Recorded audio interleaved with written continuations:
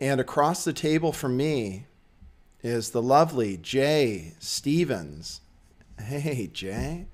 Hi. Looking great with a new haircut. Can I say, I know I'm not supposed to talk about your appearance. No, it's good because you make fun of my hair every show, before or after or during. So thank you for once for the compliment. I appreciate it. All And right. also, Yes. happy birthday. Oh, thank you. It's Thank you, Nathan's Jay. birthday, everybody. November 16th. A long time ago. Not that long. Longer than Jay, though. It's a pretty long time ago. Yeah. Yeah. Well, I made it. 38 years old. Can I tell people that? Are they going to steal my identity now? Oof, shivers. They know my birth. Well, it'll be a while before I'm 40. So Alex Jones is only like 44. Mm, no comment. His bio says Alex Jones, aka Bill Hicks. Okay, the last episode, people were furious, Jay, that I had the gall to start with a personal story, and we just started with one about me, my birthday. People are going to be able to call in. I decided people should be able to call in and tell me that, so I can feel better. I've had few people tell me happy birthday, and I even got a present for it. I'll show people later what you gave me, Jay. Besides love and affection, we're moving on, ladies and gentlemen. We are moving on to the news right away, and it has to do with the news we played right at the open of this show, and that is Twitter cracking down on hate speech, quote unquote hate speech, by allowing a safe space, basically, where you can ban the appearance of certain words or certain accounts inside of your digital universe. You can ban them from your thoughts and from your reality. And at the same time, they banned a bunch of alt-right, quote unquote, accounts, which they claimed are promoting hate speech. So that is a major assault on freedom of speech and on freedom, personal freedom in general, freedom of thought, freedom of expression. And we're going to talk about whether the alt-right on its own is racist, white supremacist, white nationalist. We'll talk about what white nationalism is and what the alt-right is. So, Jay, this is a serious assault to me, and it should be to you too, considering this is what we do. And we have to determine whether we're alt-right. We'll try to do that during this show. But I go to you, Jay. Do you have anything to say about this? Yeah, I just wanted to mention that the SPLC, Southern Poverty Law Center, is the group who sent Twitter specifically. They sent 100 Twitter handles that they said were alt-right and promoting hate. And that in itself is one of the more problematic parts to me, is that we're kind of just taking the SPLC's word for it. Like, oh yeah, they say that they're an anti-hate group association and they keep track of these things, when really they're like, oh, they're a liberal think tank. Like, that's what it is. Right. I used to donate to them, so I got all the newsletters. I know what they're about. Um, so that's troubling. And also, I think it's weird that the function of the mute capability for different words and hashtags, obviously troubling. But with that, you would think that they wouldn't have to like ban complete entire users from the service. Like, if you can just weed out things that say like white power, even though I haven't seen an alt-right person say that before.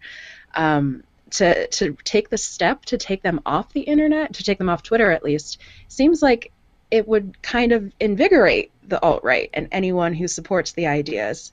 And part of me, the conspiracy part of me, is like, well, they must have known that it would have that kind of reaction, that it would just kind of rile up the base. Right, right. So is this what they planned? And Right. who That's like the knows? conspiracy to get Trump elected. Like they would have known that by saying all these bad things about Trump, that the people would have taken it as the reverse. Hmm. That's that Yeah. conspiracy theory too. Yeah, I don't believe it. I think they're really trying to do what it looks like they're really trying to do. And and I'm with you. Listen, if you don't want to see certain words, it's just like your ability to change the channel, just like your ability to give me a thumbs down on this video if you don't like it.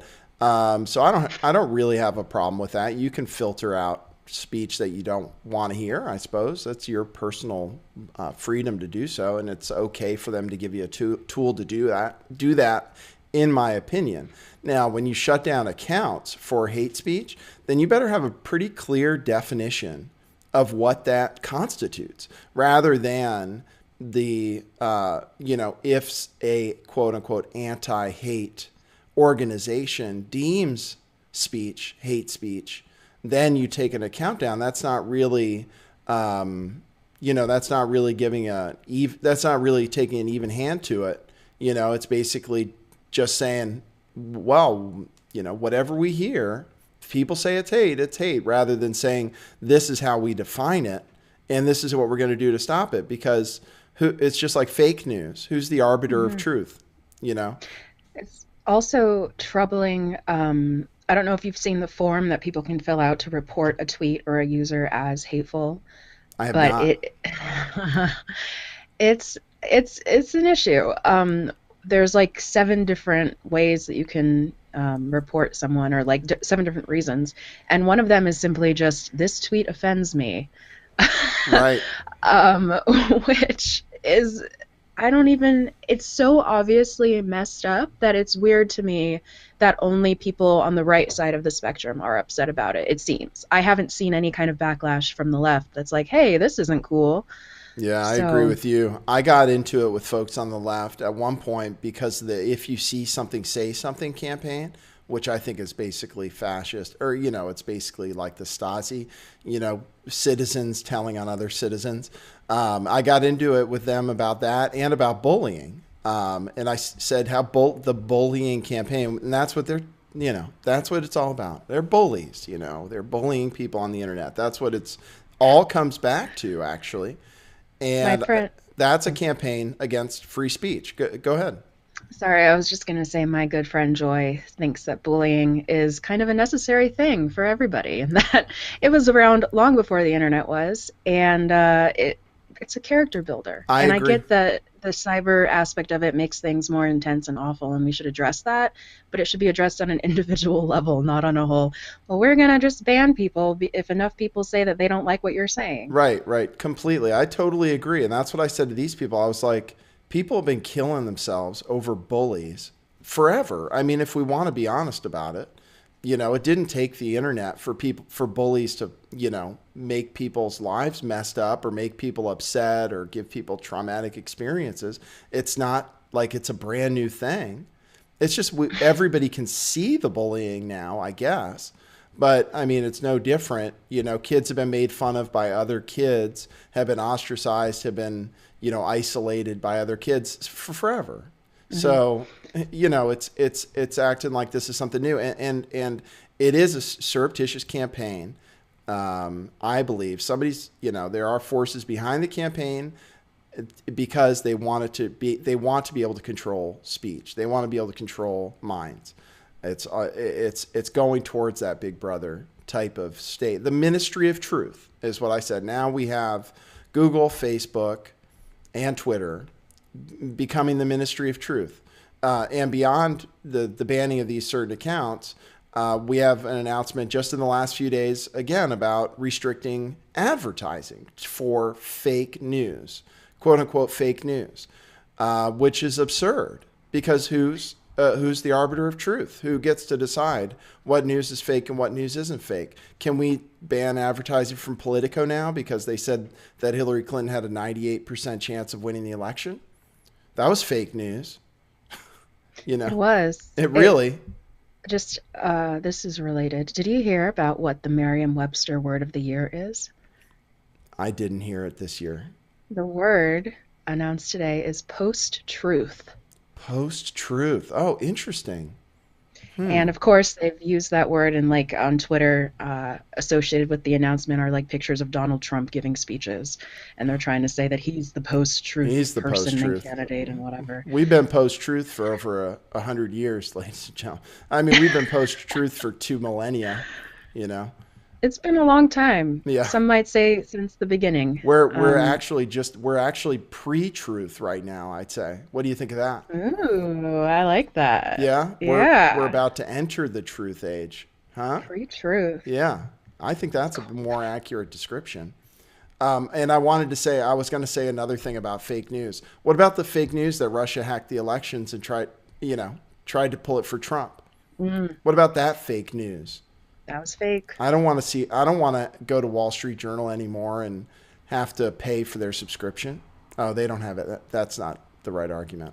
I don't want to have to see any more ads on the Washington Post. No, but I've They been shouldn't be thinking of allowed this to. because it's like I have wanted to read a lot of articles that I haven't been able to read because, Wall Street Journal, New York Times, Washington Post, they make you pay for things if you read too many articles. And I'm like, what am I paying for? You lied to everyone in the country for a year straight. You made up fake news stories. You told us there's no way Trump is going to win. They should be giving people money back, I think, because Well, that's messed up. Well, no, well, they are, as far as that's concerned, as far as needing, so they focused rather than on focusing on their readers, the way we focus on our listeners because we depend on them exclusively for support. That used to be so. If there is truth in journalism, it's because of subscribers. So you're kind of making a funny argument because the thing is you have the opportunity not to pay for the Washington Post, but if that means you can't read it, that's capitalism, and that's okay. But the idea of it is the idea of getting truth is that in a subscriber based model where most of your revenue is based on your subscriber, then the truth is a lot more important. When you're not based on a subscriber based model, when you're based on a globalist model where most of your support comes from global corporations, then the truth does not have a good platform. But that's, it basically is emblematic of the reason that we do this the way we do. We know that it demands things from your pockets, but we're saving you tax on your brain. You have to remember that everything has a cost. It's not always financial. We're saving you the tax on your brain of Yeah, so lies and advertisements, which are synonymous in many I'll circles. just I'll just change my argument then. Anyone who is subscribed to the New York Times and paying for it is just a shithead. Yeah, So, right. That's the point. And that's the point about not buying stuff at Amazon. And again, you don't have to totally stop. I understand they offer a lot of stuff that you can't get anywhere else and you save money and stuff. But buy fewer things from them than you normally would. Go to Best Buy or something. Not that it's any better, but it is better because Jeff Bezos owns the Washington Post. Show that you don't support it. Cancel your subscriptions, which I'm sure none of our listeners pay the New York Times for a subscription. But if you do, yeah, you're a jerk off. But you're a jerk off when you go to Walmart too. You got to realize that you're supporting a globalist machine. So don't be a jerk off. I want to pause you because you've used the word globalist and globalism a couple times.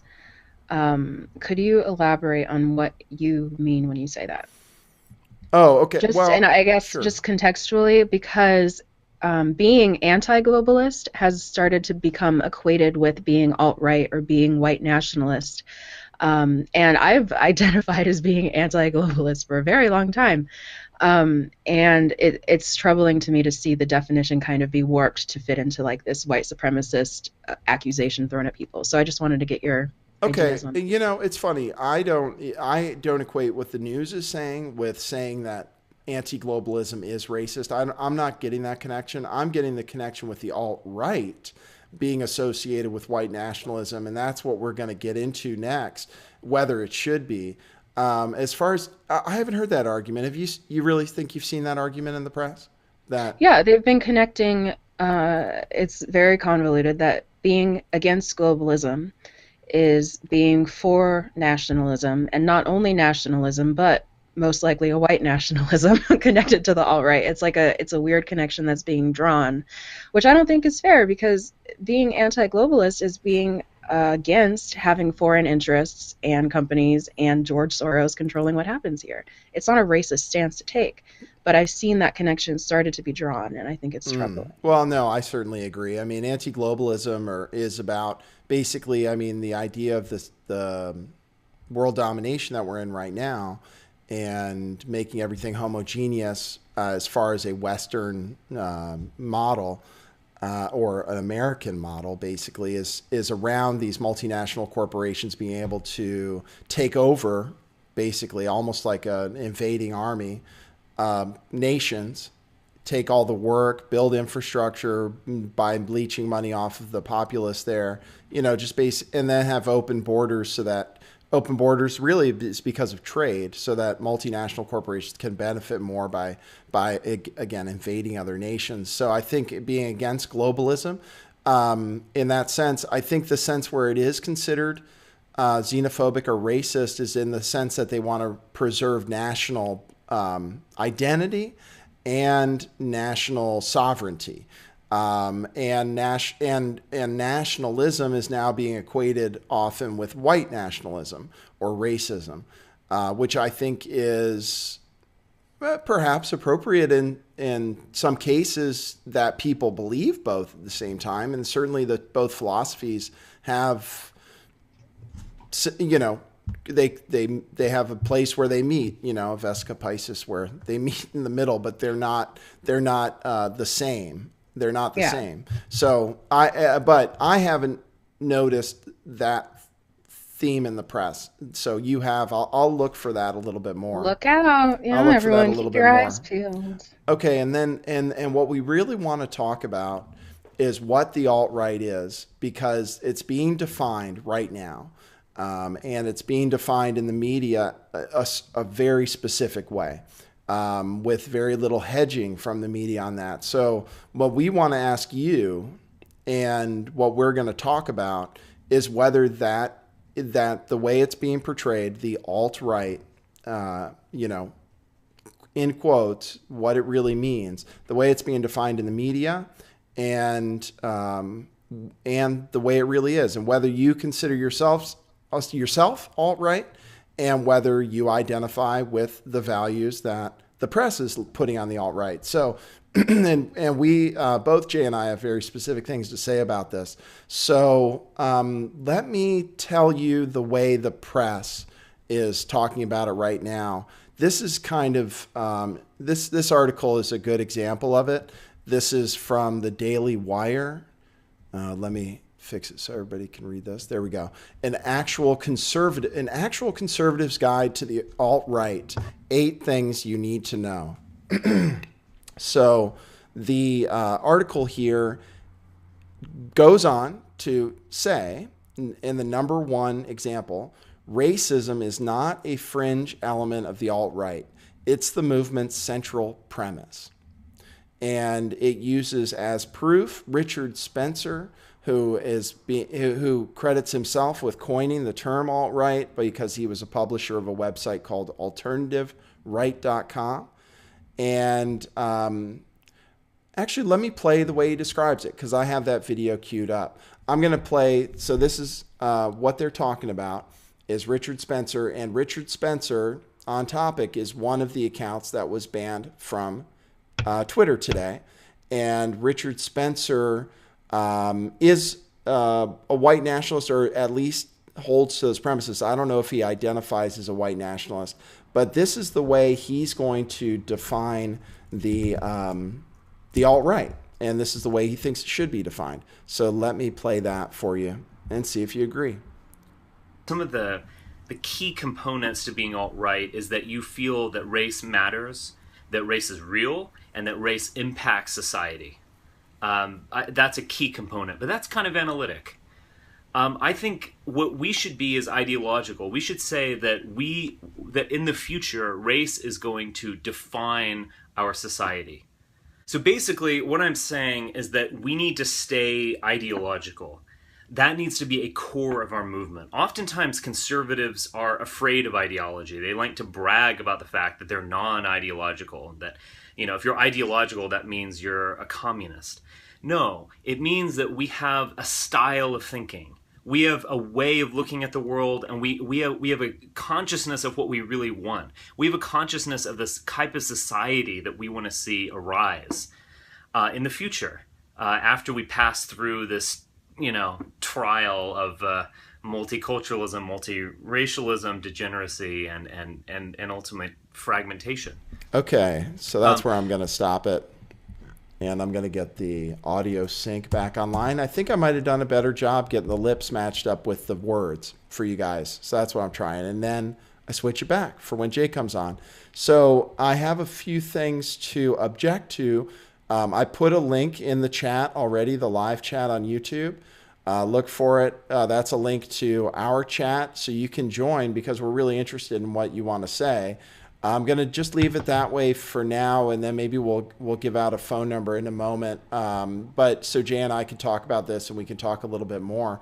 So what do you think about that, Jay? He says that the alt-right should be defined as a movement which identifies races as being different, pretty much, and identifies that multiculturalism, he says that specifically, multiculturalism has failed.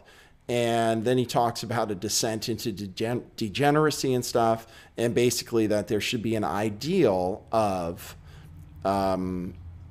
white nationalist type principles that we should be that the races should stick to themselves basically, and that white Europeans are the ones who can manage modern society, and that's borne out by some truth apparently, and that ideally we get rid of, we have a white European country just like we were always meant to. Is that about right? Oh, sorry, I spaced out. I was just going to give my reaction. It's easy to do that when I'm talking. To what he was saying.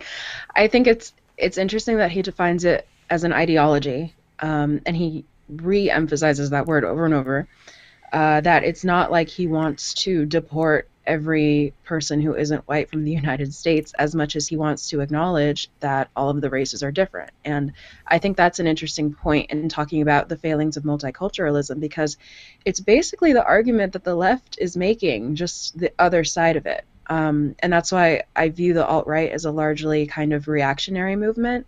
If you look at what the left has been doing over the past few years and kind of putting identity politics at the center of everything, like, this happens to you because you're a black man, or this happens to you because you're a white woman and you need to check your privilege, and, this country was born on racism and we need to correct that.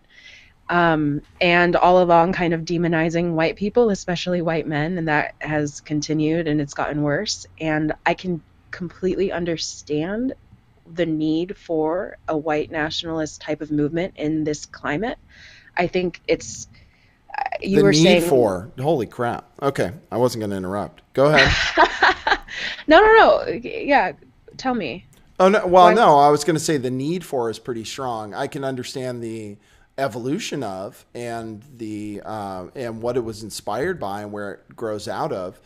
Need for is pretty strong, and we'll talk about your particular views, which are interesting on this topic. I think you're right. So this is my thoughts on it. Okay, I think it's a slippery slope, I guess, and it's a dangerous ideology to espouse because people are going to take it wrong, not necessarily because of how Richard Spencer envisions it. And I wonder if by ideologically means a little bit like idealistic. Like they have an ideal for the society they want to create, and it's important to hold on to that ideal and not necessarily succumb to practical stuff. I don't know. That's kind of a reading I had on it, is they saying, look, this is what we think is best, right? We're not gonna we're not gonna infringe on anybody, but we'd kind of like to convince people that it is what's best, that what's best for white people is what's best for black people, and everybody should have their own society and just stick to it, racial purity and all that stuff. So I think that's kind of what he's saying. And I think that people should be allowed to have those views and express those views, because to do otherwise would be a restriction on freedom of speech, a restriction on freedom. I think that in any sense that white nationalists or people who espouse these views want to restrict other people's freedoms, I think is very problematic. And I think in the sense that you say any race is better than the other is certainly extremely problematic. And I don't think it's true. That's just my opinion. I don't think, and I think that the intelligence thing is really a dangerous thing to say, and I don't think it's accurate. I think saying that different races have different intelligences obviously implies that some races are better than others or smarter than others, when it's a test designed by white Europeans to measure what white Europeans think is smartness. I've been around all kinds of other races, and believe me, there's nothing smarter about white people than everybody else. We just have different ways of, being smart, and emotional smartness and societal intelligence and all that stuff. So those are the reasons that I have problems with it. I'm a liberal, but I didn't realize, because I didn't grow up this way, when I was in school and growing up, they didn't demonize white people yet. There was of course acceptance of multiculturalism and liberal values and stuff, but it wasn't going on the way I see it and the way you report it's going on now, that people are just being raised that way, where they aren't ever meant to be exposed to anything.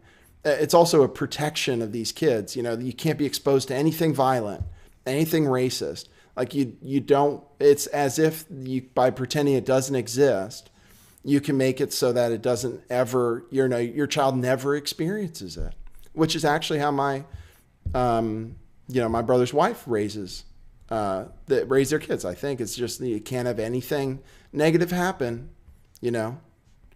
right? So as a reaction, right? So the other side is saying white people are bad, which is a terrible thing to say and totally racist. And the reaction to it, unfortunately, is a little in the other direction, saying that, or certainly implicitly saying that white people are better than other races at doing certain things, and that mixing of races is problematic, which I would hate to be around only white people all the time. I think that would be the worst. I love being around all kinds of different people. So, and I don't want my freedom restricted, and I certainly don't want that society to go away. If people want to buy a city, a township, and only have white people there, maybe that's okay, right? You might like that. No. No? Okay. I don't think anything should be enforced by law. I think I don't want to talk and make it seem like I'm giving Richard Spencer like a pass, like, oh yeah, that's totally fine, everything he thinks.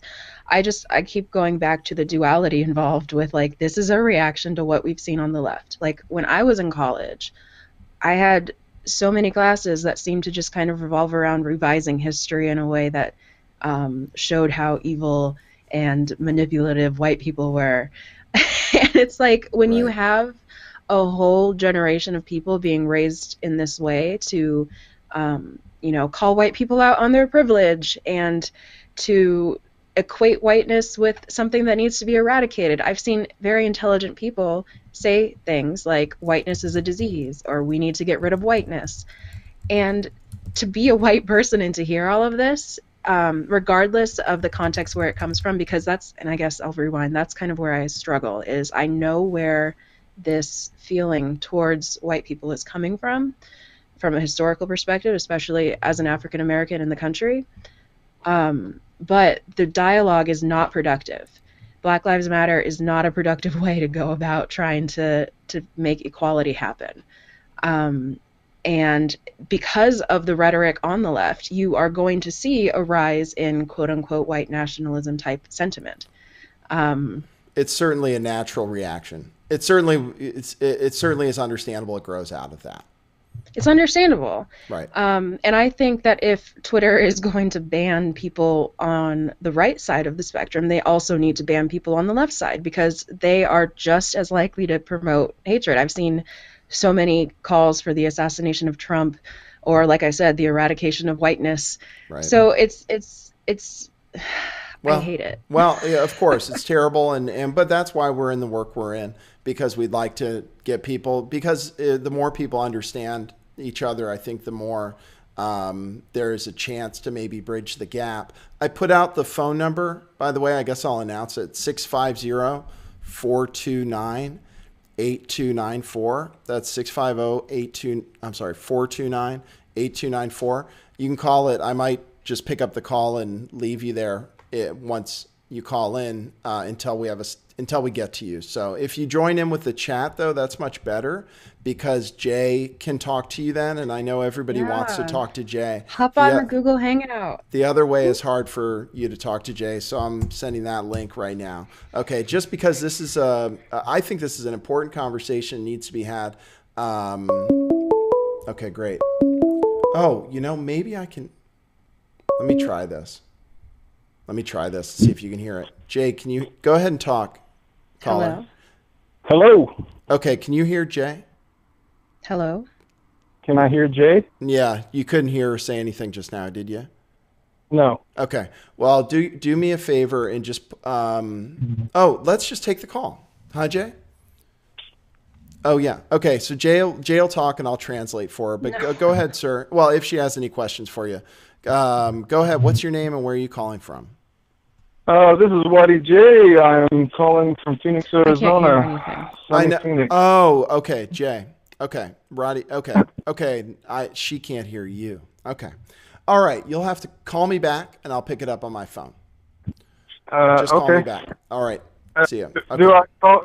What's the number that I call though? Call the same number. I'll just pick it up the other way. Okay. Thanks. All right. Sorry for slowing down the show, everybody. He'll call right back in.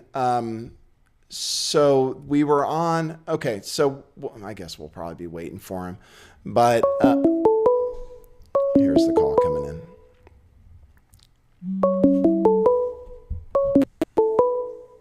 Okay. Is it Roddy J? Is that right? Yeah, Waddy J. Waddy J. All right. What's up, man? Do you want to talk about this topic? Did you have anything to say about it? Nathan, I love this topic, and I'm tired of keeping silent about it and keeping to myself about it. And this is a great place, I think, to plant some seeds of my own. If us as a species, humans, if the true agenda is to evolve in what we understand love to be, life, what is nurturing, what brings good health and well-being and abundance of.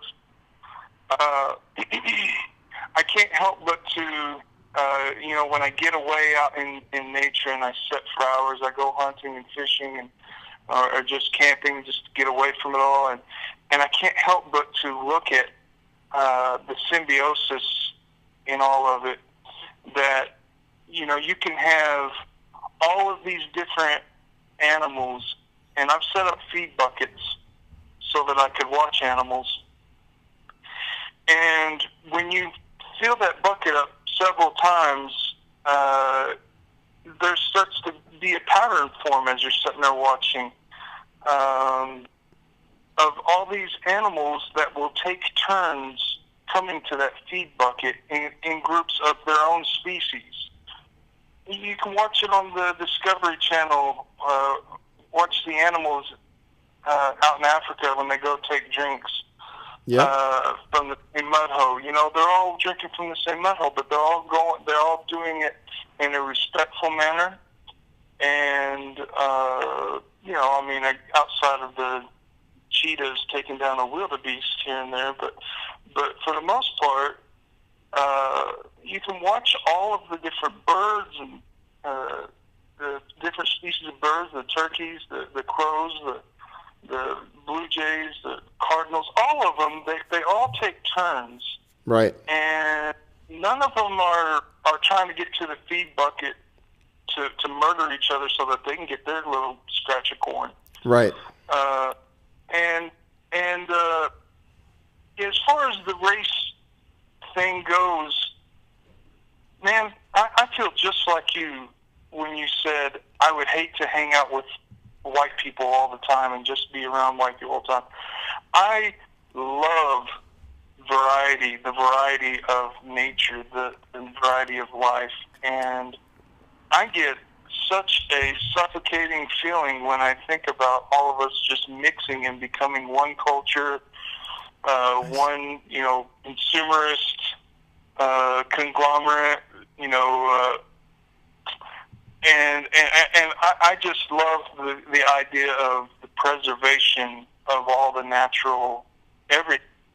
You can plant all these different flowers in the same flower bed, and none of them cross germinate. Right, you know, they're right. all Okay. sovereign unto themselves. So I want to translate. I want to kind of translate what you're saying into our discussion too, and the getting back to nature thing. That's something I don't talk about that much because it's not something I do much as far as that. But I know that's a big part of the philosophy of what is larger, what we do, the alt right or whatever the heck this area is getting back to nature and stuff and noticing how the world works and how nature works naturally, how things normally just get along perfectly. And that's the way God made it or the way it evolved. And we put some kind of, through whatever we've done, we've screwed up the natural balance of nature, the natural tendency for us all to get along, all be different, but all get along. So I want to go to what you're saying, though, about separate species taking turns and stuff. So the preservation of culture, which I think is the strongest argument for what we're talking about. So I just want to say, do you mean that you prefer to see races segregated in the way? Is that what you're talking about? Are you referring to species are you saying as different races? Because the only thing is what people would say is humans are one species, regardless of our races. So that analogy is dangerous if it's the one you're making. Not dangerous. I'm sorry. It's just somebody could push back on it. Is that kind of what you're saying, though, that we should all stay segregated and maintain our lineage and our heritage? Or what if my ex-girlfriend is black, I've dated, Latino and stuff, and I wouldn't be, and I certainly would consider starting a family or something with them if that was something I was into. Where do you stand on that, on those issues? Yeah, well, that's exactly like Jay said earlier that I don't wish to see any laws be passed in our enlightenment. If we do consider ourselves to be reaching for deeper levels of enlightenment, more profound thinking, no laws should be passed. It should just be. We should just have a respect for one another. And no, I would never proliferate outside of my lineage because I believe I didn't make it. I didn't ask to be born, and I would never take it upon myself to destroy that which has been for long before I came along. And so my thought is to love what is here and to try and find myself in harmony with the laws, the natural laws of physics that have perpetuated our species all this way and all this time, and to make others feel pressured to say that I'm racist or that I'm filled with hate or whatever because I love all the different races and I don't want to see any race disappear. There's something very sacred and very old that made us all the way that we are, the Aborigine, the Norse. Right. Native Americans, etc. The Asian, they're all beautiful and they all have their own sovereignty and their own rights and their own ways. And I only wish to do what preserves and complements all of the different races, not to try and guilt people into mixing with me because I find them physically attractive. Right. We all have our own attributes, and that's my point of it. Okay, So, let me ask you one question. I want to let Jay get in on this. Sure. So I totally agree that if you want to be with white people, that's fine. I mean, and if that's what you want to do with your family, I think everybody should have the right to do that, and I respect it. And in fact, I pretty much thought that way for a long time too. But again, I'm not trying to start a family or anything, and probably won't. But I'm curious. Okay, so I'm just curious within a family, right? So those are your views. Now, what if one of your children had different views about that? How would you react to that? Like it's Thanksgiving time, right? So let's say if you had a daughter, or if you do have a daughter, let's say a black guy came over, and that was something that was being considered within the family. Now you would have taught different values. Most certainly, I would suppose. How would something like that fit into your philosophy and trying to make sure that we're not restricting people's freedoms? Does that extend to your own family? Well, as you present this hypothesis, it would be for my daughter. I don't have a daughter. I have two sons, but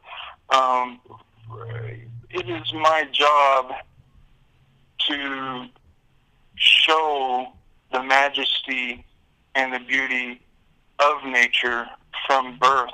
Right. And as a parent that is actually interested, I know it's a novelty thing, but as a parent that's actually interested in raising my children, spending good quality time explaining the intricacies of life, and not allowing the media to raise my children, which is becoming more and more difficult as the days go by.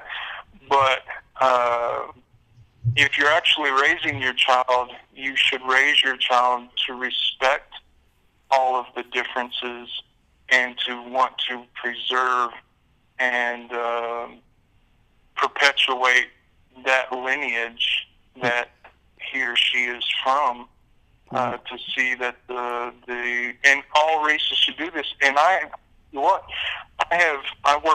in the nuclear industry, and as such, I traveled all over the place working all these different nuclear plants, and I would have these conversations with all these different races that worked at whatever region. In California, there tends to be more Latinos working at the oil refineries and stuff, and so you go to different regions, you get to experience all these different populations, and the young people that I talk to have the new hip, cool, it's all good mentality, but the old people, I've actually made men that are 2 or 3 times my age weep and shake my hand vigorously for saying what I've just told you and told your audience, and thank me and tell me that we are not so different. Right.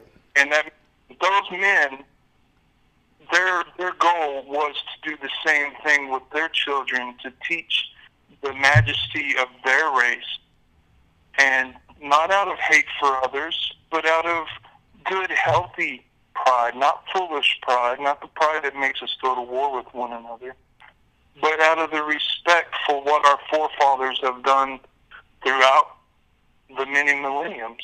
And I think that a lot of history has been muddled so that we do lose our way, and so that we do become a product of the elite. Right. The right and the left use us, they use us, they get us in the rope-a-dope, it's the right and the left punching us over and over. Look at the birdie, look at the birdie. Right. I agree with that. I want to let Jay get in on this. I'm trying to think. I'm going to try to see if I can get him to hear you, Jay. I'll put my headphone right up next to the speaker. I would like to see what other people have as a reaction also. So. Well, for other people to call in, sure. You didn't have any comments for him before I let him go? Oh, it's a great call. I have a lot, but I don't want you to translate. Do you have one question I could tell him? Do you have something, anything? No. Okay. Well, you'll comment on it. All right. You'll comment on it. All right. Thanks. I'll say one other thing, Nathan. Go ahead. Yeah. No, that'd be great.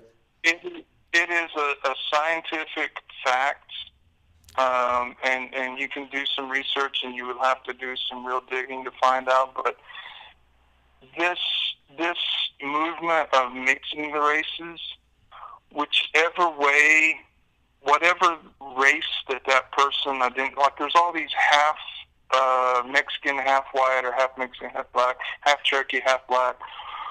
All these different mixes, but they usually identify with one or the other more, and there's a dominance there. And you can, through 2 or 3 generations, breed back into a pure bloodline, back into the Latino, or back into the African, or back into the Anglo-Saxon.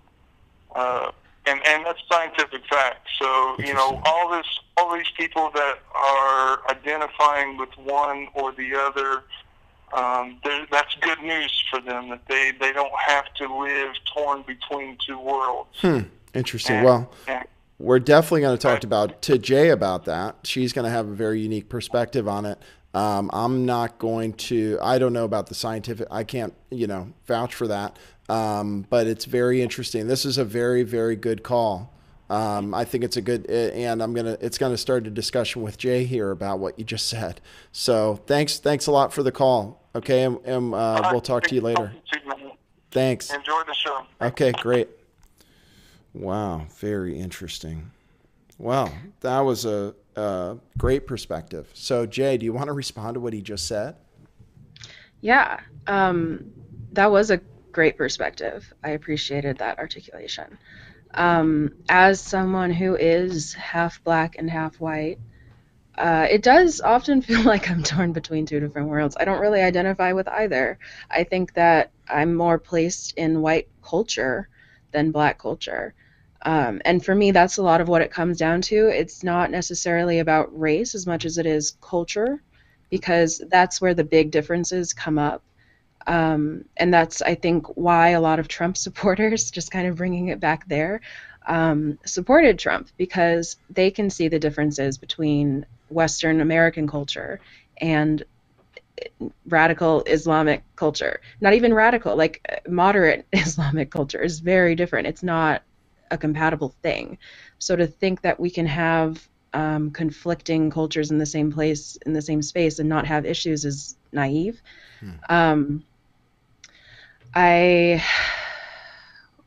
Sorry, there was a lot. This is why we need a better I can call respond system. to what you just said while you think about it if you want. Yeah. Okay, because I have so I have a few thoughts about it.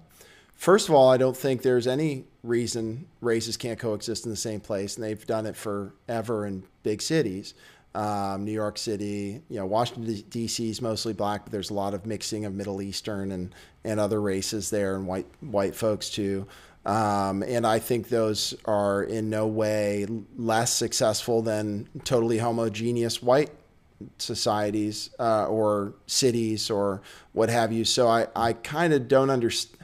To a certain extent, I think the failure of multiculturalism really depends on your definition of multiculturalism. I'm not sure exactly what it is. And the Muslim thing is so troublesome because, I spent a lot of time around them and great, really interested in family. I spent a lot of time in Beverly Hills where there were Persian Jews and Muslims, and there's no reason that people can't maintain their culture and mix in the same space. The other thing is, it just becomes so mechanically difficult, is everybody already lives in the same space. So without restricting people's freedoms, what are you going to get them to do? How are you going to get the black people to leave the white community or the Mexicans or the Muslims? What are you going to do with the Muslims? They didn't commit any of these terrorist attacks. They're all made up. So my thought is the Islamophobia is all made up by the same forces that are keeping us down. The Islamophobia is bullshit. There's nothing wrong with Islam. They're not trying to take over the world.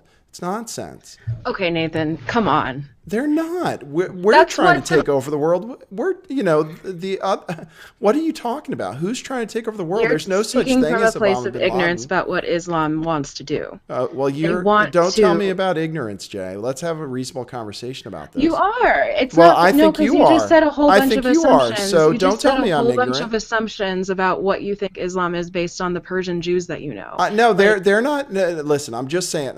Maybe a bad example because I took Middle Easterners that are mostly not Muslim, but believe me, I spend a lot of time negotiating deals with folks that are Muslim, people from India who are Muslim, and I'm just telling you, they're not trying to take over the world any more than Christians are. That's all I'm telling you. And the thing is, you're buying into the bullshit about them being terrorists because they haven't done. And no, all I'm we not. did, we're the ones who Have I set up the. mentioned the We're word the ones. terrorism? We're No, the I'm ones. talking about the religion of We're Islam the and what ones who it set up preaches the about having a madrasas. one world caliphate We're the and ones having who do it. everyone Islam. That's not a debatable thing. It That's is what they debatable want. because we're the ones who set up the schools that taught them to do that because we wanted to Yeah, sow we set chaos up in the Middle East. madrasas Yes. thousands of years ago to teach people. Well, Come what about the on. Christians? What are you What saying? about We the went on the Christians? Crusades What thousands about of the years ago. So if Okay, you're that's the comparing thing. thousands of All years of these ago, left-wing people want to, well, we had the Crusades. we Islam is a did. What do you religion that deny is them? focused on having domination Show me the with their proof. ideology. Show me the proof. Read the damn thing, dude. Oh, Like okay. it's not propaganda. All I'm right. not calling anyone a terrorist. I'm saying Whatever. that the two cultures are incompatible if one of them or if both of them even want to have domination over the other. They Like don't. We want to dominate them, is what you're I'm saying. I saying mean, both want to we want to dominate. get rid of So them. we So can stop either trying to dominate them. They just want to be in peace. Oh, no, they don't. Okay, Well, whatever. that's the attitude that's going to create Sharia problems, Jay. law is going to create problems. That's That's what's the going to create attitude. problems. Sharia That's law the is going to create problems. Are you okay with people cutting off little girls' clitorises? Because that's what they do. They kill gay people. Like in Muslim majority countries, that is the rule of law, and you can't deny that. I That's what can deny it happens. because it doesn't happen in most Muslim countries. I can deny it Oh because my it doesn't happen in goodness. most Muslim countries. It Ooh, happens in Saudi boy. Arabia where they practice that form of Which we Islam. have a positive relationship with in this country. Isn't that problematic that we would Of support course. that? When did I say it wasn't? I just don't think it's related to Islam, Jay. And I think you've been brainwashed. That's all I think. And I think you're sowing the seeds of hatred. That's what I think. Because I think demonizing Islam and saying they're trying to take over the world is just buying into the New World Order I'm not divide and conquer demonizing. I'm bullshit. saying we need to be realistic about what the goals of different cultures are. Okay, well, I don't think their goal is world domination. I think you've bought into the same mind control bullshit. They're not trying to take over the Whatever. world any more than you are.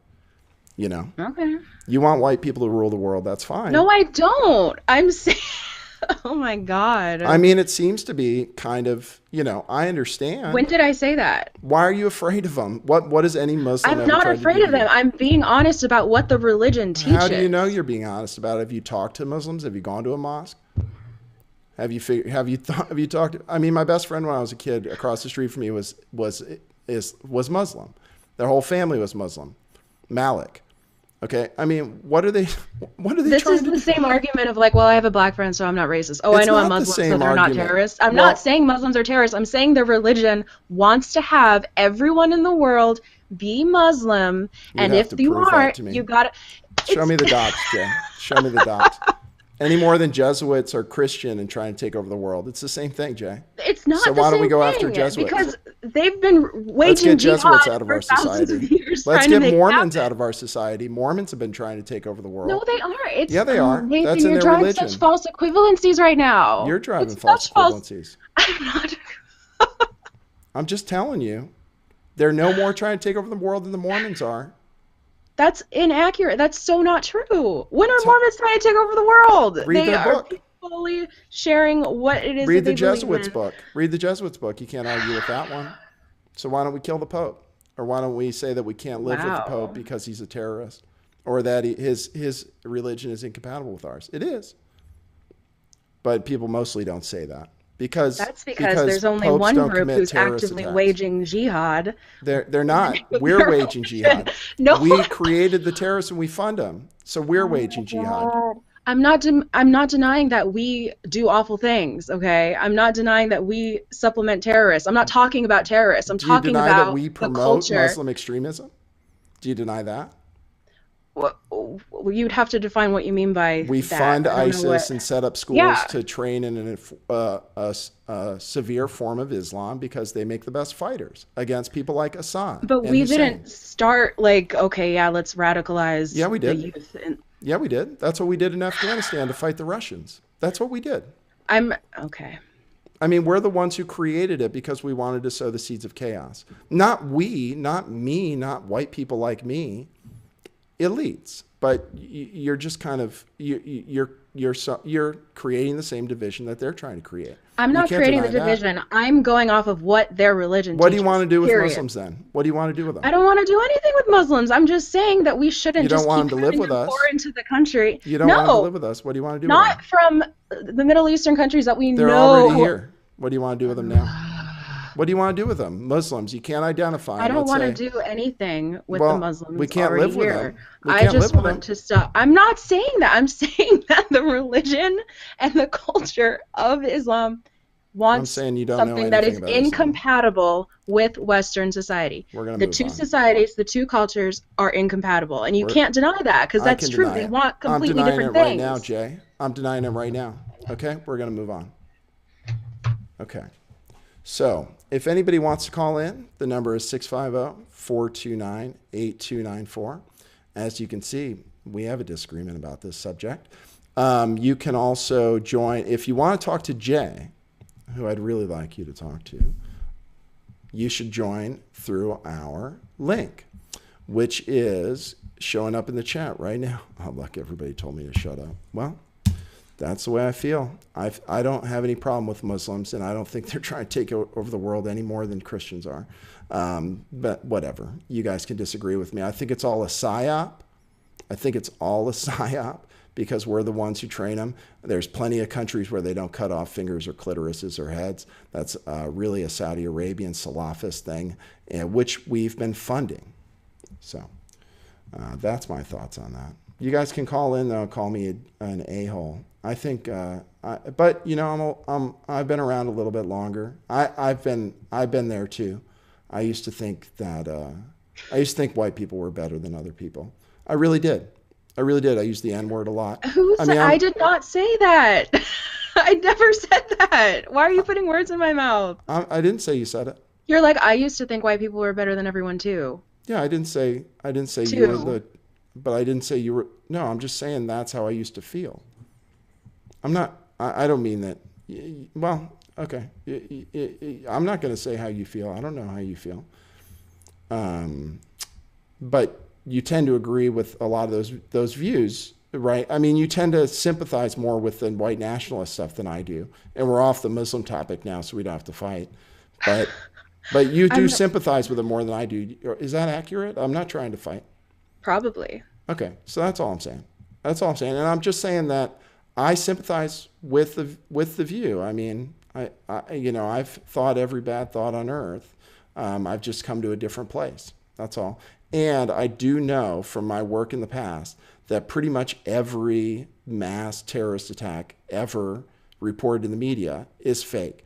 And because of that, there's someone here. Just put it's Alberto again. I'm going to have to tell Alberto he has to take a break though, so people don't get monopolized. We'll let him talk this time because he's using the Hangouts chat.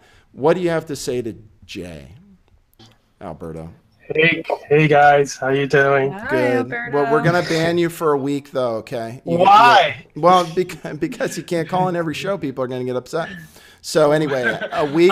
I'm trying to give you guys a timeout. I was watching it. I'm like, oh, you guys need a timeout. All right. So go ahead. I'll shut up. No. I'm just hearing you out. I'm in Queens, right?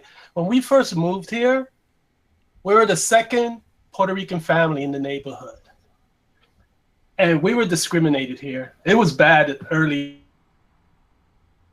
You know, they got used to us. You know, they see, we're normal, we're not crazy or anything like that. Are both religion? I feel both religion are trying to take over the world, Christians and Muslims. I think That's they what both. I said. I think they both are. Right now, the Christians are winning. You know, will the Muslims win? Who knows? But it's been going on for years. It's been going on even before we were born. Yes, well, it's for I guess thousands I of would years. challenge to ask how Christians are because to me it's an atheist type of world domination movement on the Western half. Yes, there is. There is that is climbing. I've noticed more people are becoming atheists than ever before, and I'm surprised. But but then I understand of religion of these two fashions been trying to take over the world for years, for millennia. I mean, that's what the Crusades were. Well, can we say this? Maybe we can agree on this, guys. Can we agree that that people are trying to take over the world in the name of Christianity or in a Christian sense, and that they're trying to take over the world maybe in the name of Islam?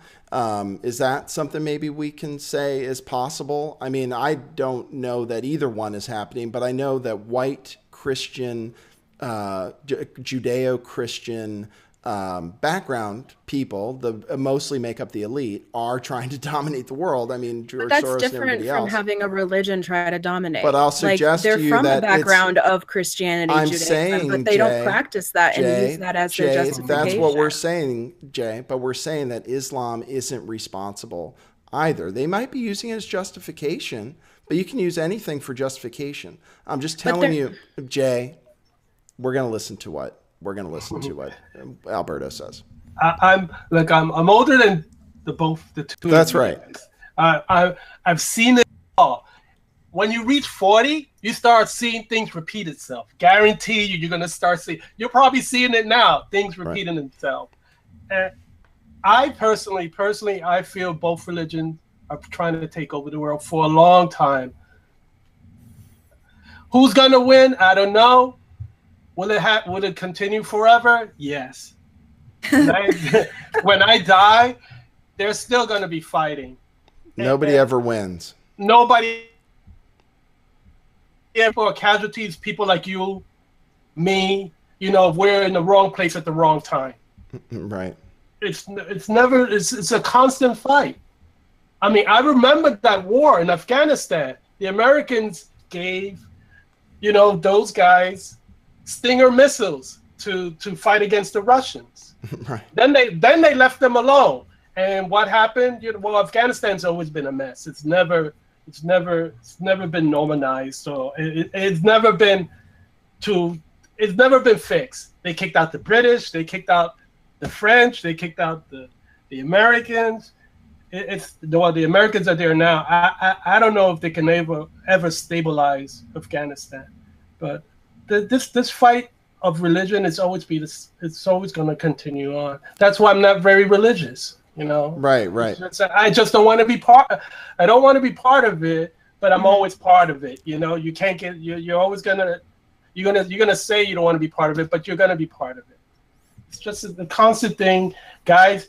You guys work together very well. So no arguments. I try not to, but we get in fights because Jay really thinks Islam, and I really don't. That's the only thing. I mean, so I don't know how to bridge that gap. I don't think we're going to agree on it. I think we'll get along after the show, though. Still, we used to get in fights where actually, the worst fight we got in before this, Jay, was on exactly the same topic. When? So Jay feels very strongly.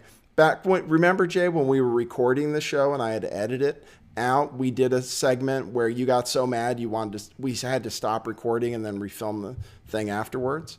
Remember that? That was about the same topic. No. It was. It's funny enough. So we have strong feelings about it. I'm real kind of globalist in a lot of ways because I do love culture and I do love the preservation of that. So I don't know how my views mix in, but I love people mixing together and being in the same place. And I prefer myself being in an urban area where there are a lot of people around, like being here where it's all white people and kind of, in the sticks. It's not for me. So let's see. Did you have anything you wanted to say to Alberto? Because I've been talking a lot. Just so you hate your own race, that's all. I do. I hate white people. But no, my neighborhood is very mixed now. Before it was, like I said, there was only 2 Puerto Rican family. Right. Now right. it's very mixed. We have Muslims here, Russians. I like it this way and it's still quiet, which sometimes it turns out that it doesn't, you know, sometimes when you have your own culture, I don't know what it is. Well, my culture could be very noisy and crazy at times. Right. I can't deal with it. But like I said, I'm very Americanized. Right. You know, maybe because I was raised around a lot of white people, but I used to go back to the Bronx where I used to live. So I was living two different worlds. In the 70s, where I was living, it was very normal. Nobody hanging out in the corner. I would go to the Bronx. Everybody's hanging out the corner, dealing. Right. It was crazy. If you look at you just look at pictures of the Bronx in the 70s, you know it was nuts. That's why my mother got out of there, because she felt that was going to be a bad influence to us. Is the Bronx better now? Yes. Right. It's better than the 70s. But well, the idea is. Oh, sorry. Go ahead, Alberto. No. It's better to live in a mixed cultures. But one thing they need to learn English. I think when you come here, you need to learn English. Yeah, mandatory. I think that's a great point. Yeah, you cannot come to this country and not learn English. I think in the Scandinavian countries, it's mandatory that you need to know their language. Right. I agree with that. I agree with that. We're gonna let you go, Alberto. Yep, I just wanted to say hi. Thanks for calling. Okay. Give us a week before the next one, just so folks don't get upset. All right. I will. All right. Thanks. Bye. All right. See ya. Okay, that's cool. Okay, I think we'll leave calls out for the rest of the show. We'll just cover the news, Jay. Let's do it. Okay, well, we wanted to talk about an article we wrote about Steve Bannon that Jay wrote about Steve Bannon. We published it on our website because Steve Bannon has been declared a lot of things. And boy, this is a big focus on the alt-right this show. So hopefully everybody appreciates it. Are people riled up in the chat? I saw somebody told me to shut up. People, they're not riled up. I think they're not split. I think good. 60-40 people agreeing with you. Good. Well, as long as people agree to disagree, I'm okay with that. It's just I'm kind of okay. I just want people to question the narrative because so much of it is based on a lie. Because so much of it is because of the lie of the terrorism and stuff, and the extremism which we taught. We taught the extremism, funded the extremism, etc. We don't have to fund an arm. We don't have to fund an arm Saudi Arabia. For millennia, then if we're going back millennia, then we have to say Christians did it too. So we have to agree to disagree.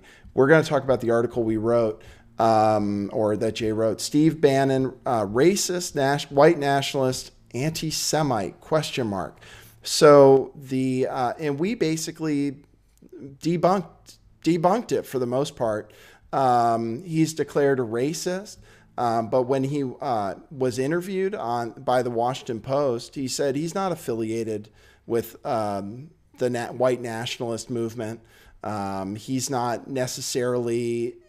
Well, he's just not affiliated with it. He's not a white nationalist. He hasn't said anywhere he's a white nationalist. In fact, he's mostly denied it. That comes out of pretty much nowhere. The way they justify it is by saying Breitbart has become a forum, quote unquote, for the alt-right. And then the alt-right is defined as white nationalists. So because Breitbart has become a forum for the alt-right and says they're alt-right, and the alt-right is white nationalist, ergo, Bannon is racist. And that is not borne out by anything that we found. So we're going to debunk that. The idea that he's an anti-Semite, we talked about where that came from. He basically came from two things that have been cited that we found.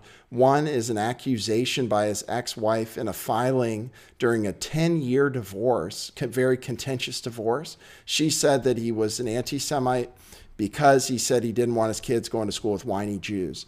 And, since we're not politically correct here, I can't, I'm going to say I don't blame him for saying that in some senses, not to say Jews are whiny or anything, but I understand the sentiment from a school point of view and the way Jews raise their kids and stuff as a broad statement. But anyway, that's what it's based on, that he's anti-Semitic, that his wife said it. And when they reached out to his wife, they couldn't find her.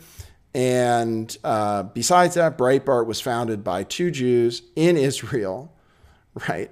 So that kind of disputes it. And then the other claim they made was about this article, that there was a headline, Bill Kristol, Republican spoiler, renegade Jew. And now I was like, oh, that is kind of an inflammatory headline. And it is. It's actually a little irresponsible based on the content of the article, where the author doesn't ever mention Bill Kristol is Jewish, doesn't mention anything about being Jewish until the last paragraph, where he makes maybe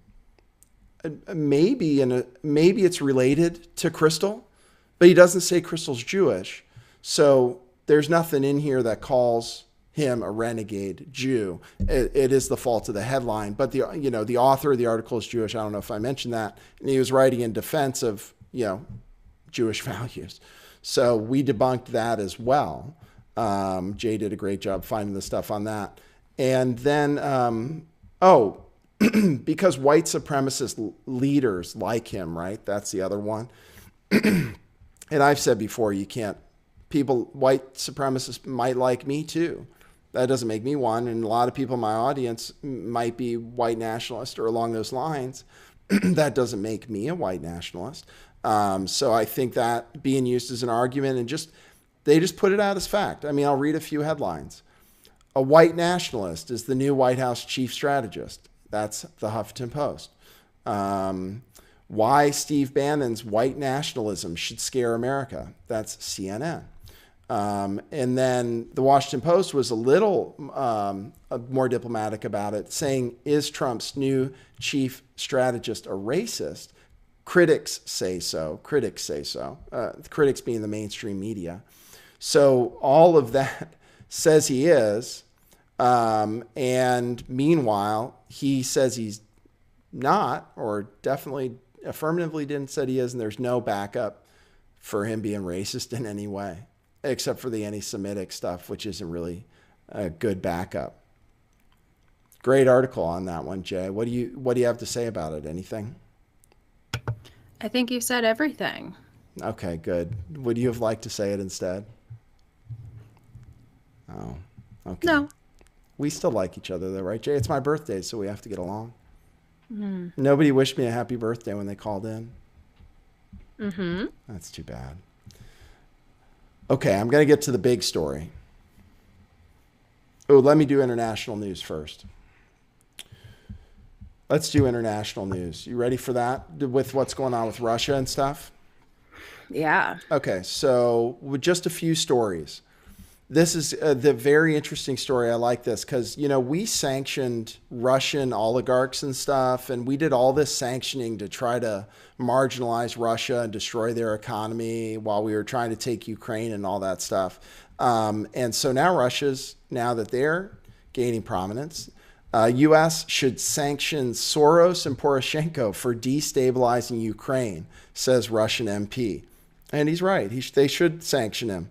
It's the same thing we did to their oligarchs. They can go ahead and sanction George Soros, if he actually had accounts there. But he did destabilize Ukraine, and they're right to point it out.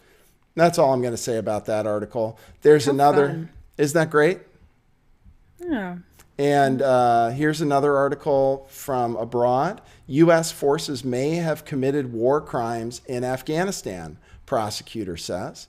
So there you go. Well, we most certainly did with CIA black sites, I suppose.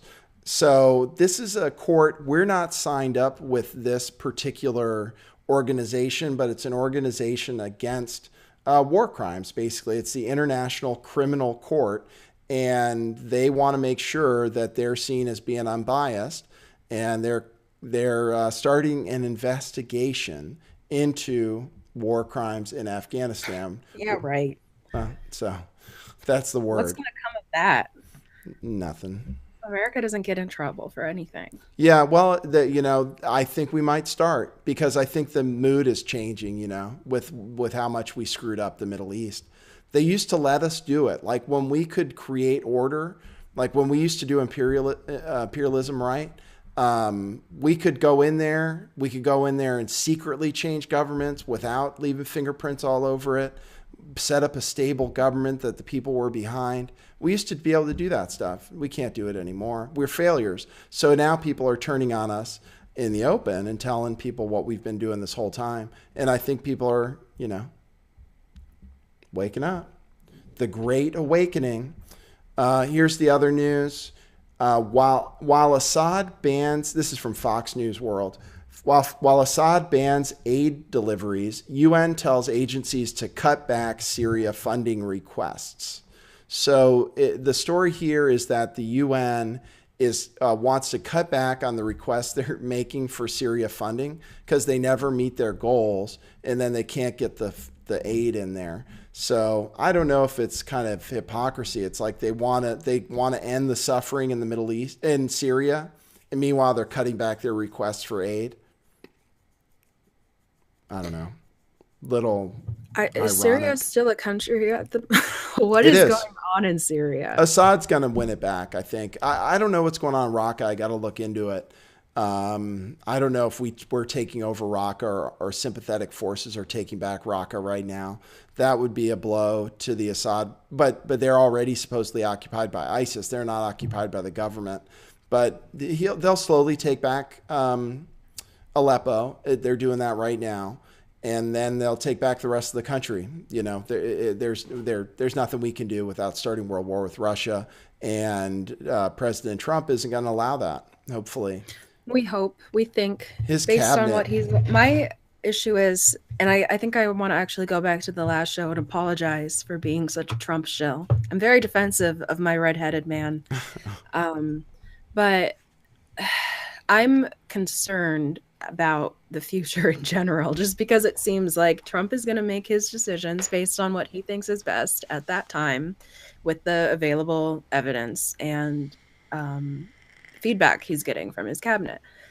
And I hope Rudy Giuliani does not have a place on that cabinet, especially as Secretary of State. Are you kidding me? Yeah. That would maybe put back the World War III thing on course. Right.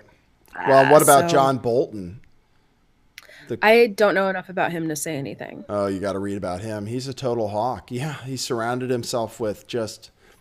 Steve Bannon's probably his best choice. I mean, yeah, in the crazy upside down world we're in, of course, that makes sense. If they say it's the worst possible choice, then it's the best. But his cabinet is a mess. His cabinet is troublesome. The thing I told you, though, is he's not worried about firing people. I was worried about Chris Christie. He was watching the show. He fired him right away. That people were worried about lobbyists. He fired the lobbyists right away. So I have a feeling heads will roll left and right. Like he'll find out that somebody tells him somebody's going to be good. He hires that person, and then somebody else, and then somehow he finds out on Twitter that person's bad. I mean, I think it's going to be like The Apprentice, You're fired. It'll be the opposite of politics as usual, where they just kind of are in a position and then they stay in Washington until they die. Right. Not here. Right. That's kind of the way I envision it. The way things are going so far, it sounds like they're not afraid to just let people go. Pence took over, right? Hopefully that is, he ran businesses. He doesn't put up with nonsense for very long. And he doesn't know what he's doing. I think he realizes. I think that, with the silence, apparently he was totally quiet when the election results were coming in, and you saw he wasn't prepared really for his speech. Even if it was written out, he wasn't prepared mentally. He doesn't know what he's gotten into, and he's got to learn real quick. I think that's why you're seeing stuff shift around, because he doesn't know how to deal with all these politicians and all the ins and outs of, special relationships with, I think he's got to learn real quick. But I'm worried about the people around him. I think he's smart though, and I think he could do it, but people need to keep talking to him to let him know what's up, so that we don't live in a complete police state, because it sounds like a police state under Trump right now to me. What do you think, Jay? Well, wait, how? Well, just the way he talks. He likes torture. He likes stop and frisk. He likes Giuliani. I mean, those are all police state type folks. You know, I'm sure he. Okay. Yeah. No, I'm just saying. So you don't see it as that's okay. You just don't see it that way. So that's good. I'm worried about it. My dad's worried about it. That's what a lot of people were worried about with Trump, and I feel like his supporters maybe forgot about that side of him, that he likes torture, and you know, he's a little extreme on a lot of stuff. Like and he could end up being into war too. You know, his idea of bombing the shit out of ISIS might not be a good one in the end. Who knows? Well, it depends on how it's implemented. Over 70% of Americans think that we should torture terrorist suspects. Do you think we should? So I don't have an opinion. You don't have an opinion? Wow. We really have problems then. If you think because 70% of Americans think it's okay to torture people, that's okay. We got real problems. I'm not I got real problems with my audience too. If you think it's okay to torture Oh people, real problems. God, I wasn't using that stat as a justification for what I. You said you don't have an opinion about it. I'm saying that I don't think that was an issue for people that were voting for Trump. I'm saying though, I agree, but now that's what we get is somebody who tortures. I mean, you know, that's not going to bring good karma on our nation. It already makes us problems in the international community. Just figure international relationships. It's a problem. It's already a problem. We have the death penalty in this country, which I don't agree with either, from a Christian point of view. Anyway, I see a police state. I see potential problems on the world stage too. Wait, you're saying that the death penalty isn't Christian? I'm saying it's Islamic.